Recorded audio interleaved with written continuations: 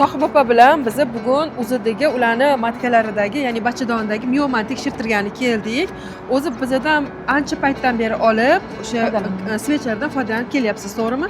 Keling, shuni isbotlab beraylik. O'zi qancha millimetr bo'lgan, ishlatganingizdan keyin qancha o'zgarish bo'ldi yaxshi tarafga. O'zida orqali ko'ramiz.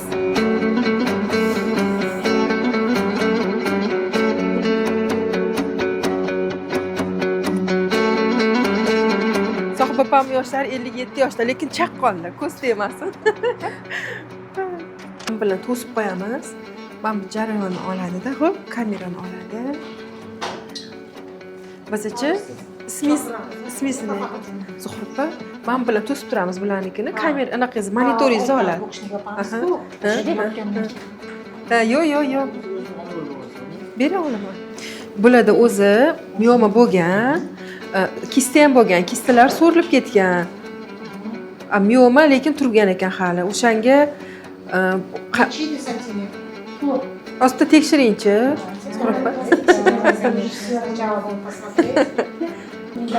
Men bu tarafga qilaman-da, kamera yoqilsa siz tushib qolmaysiz.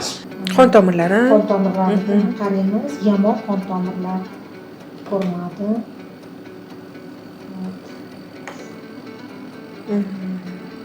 Hatta hammasi bu adenomyoz.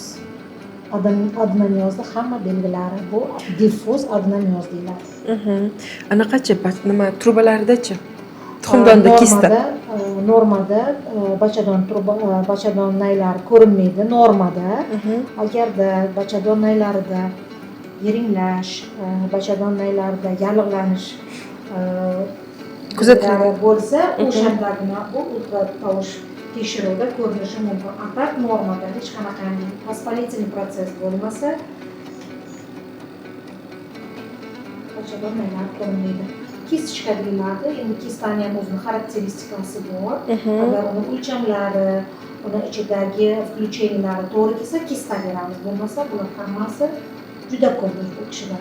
Bittasini razmerini oladigan bo'lsa, taxminan 4 mm. Ikkinchisini razmerini oladigan bo'lsa,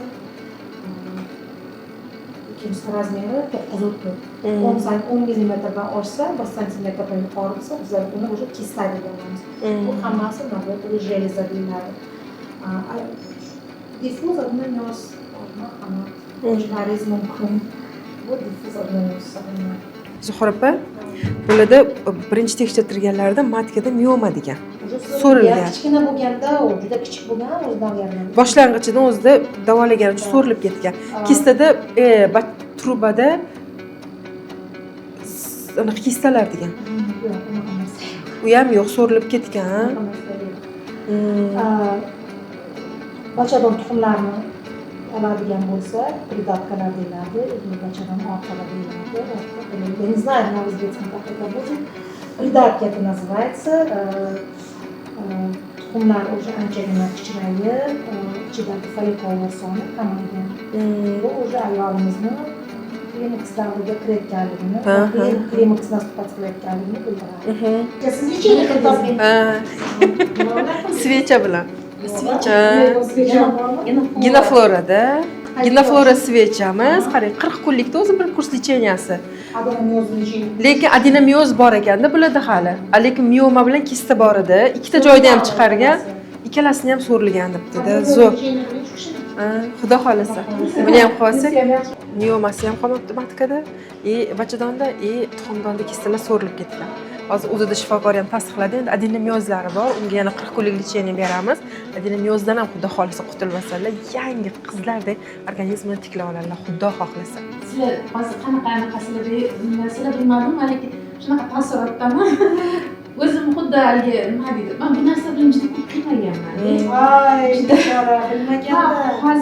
Hozir endi shunaqa hozir qilsam bo'lgan, ishlanmasam, men hozir istinayman qolib. Rahmat informatsiya olganman. Mana deyman, shu narsa so'rilib ketgani, keyin o'sha xudo xolasa ular chiqib qoladi. Yo'q, yuzingizni olma. Aytavering. Anaqa holatda qolib ketdi. Olganim juda ham anaqa bo'ldi. Meni tasavvur bo'ldi. Mana xudo xolasa yonimda boshlanayotgani, yana ham yaxshi xudo xolasa Kattakon sizga. Sizlar yaxshi bo'lib keting. Nimalar juda yaxshi. Adinamiyoz qoldi, xudo xohlasa buni ham davolaymiz. No, уже Linux kelgandan keyin уже sizga adinamiyozga hech qanaqangi xavf tug'dirmaydi. Xudo xohlasa. Yaxshi bo'lib ketadi hammasi nasib bo'lsa. Hozir yozib beraman. Svechalarimiz yana 40 kunligini sizga sovg'a qilib beramiz. Sohib opa mana. Sizga yana bu sovg'aga tekinga pul to'lamaysiz.